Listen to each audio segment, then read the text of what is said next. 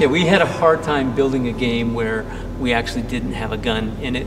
It was a challenge. I think making compelling gameplay without ever killing enemies, ever. Yeah. I mean, not actively. But you have to admit, when sometimes you're up in the trees or up on some of those higher ledges, you realize this is a great sniper. That's a good spot. Absolutely, absolutely. We still have it a little bit in our genes.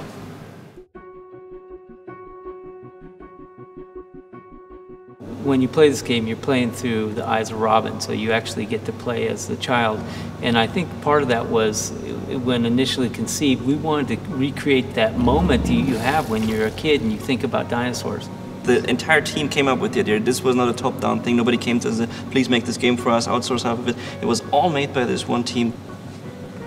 So we have meetings or lunch when we're talking about the story, and this whole thing is falling in place as we are in production. We have a group of cinematic guys here. We're not just game developers. We kind of look at how we would develop an experience that would feel amazing in VR. If you have this, one creature passing by you, okay, you're looking and it feels cool. But when you have, hundreds passing by, you're surrounded. When you see creatures coming towards you and you can look back and see more creatures behind you, that makes you feel even more immersed than if you have them only in front. It's not about always making things that are just wow, wow, wow, my heart rate is going up and I'm losing my mind, this is amazing. It's also about relaxing. It's about enjoying the world of Robinson. When you actually get to play the game, you'll see that there's some amazing characters in this game. And we have multiple different types of creatures, small, big, dangerous, not dangerous, and that's actually keeping the player entertained as he's trying to discover the mystery behind the crash. The main reason why you've been on this planet for actually over a year already when the game starts is so we can also tell Robin's story. Otherwise you'd be Robin and just explore the world for the first time. But since you come in and already things have happened, you learn through what Robin has built and made around the world, who he is. For instance, there are devices that he installed in the world to stay protected. We have two companions that will accompany you on your adventure, your journey on this planet.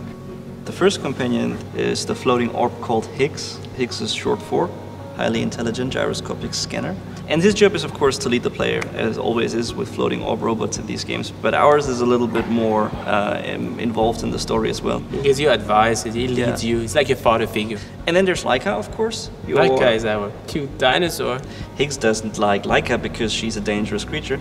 But Laika thinks Higgs is a glowing, floating thing. It's very interesting. I mean, and wants to bite him. It's a ball, and which plays an important part of the story because it will be around Laika's ability to find more glowy, bally things. I guess also one big part of the game is the relationship between the dinosaur and Robin, right? I think it's a key element also. Yeah, they spend a lot of time together playing. Robinson is not only what it is as a game, but also it's a team. And this team is an awesome, awesome team. This is really something special, and achieved more than what we originally thought it would in terms of concept.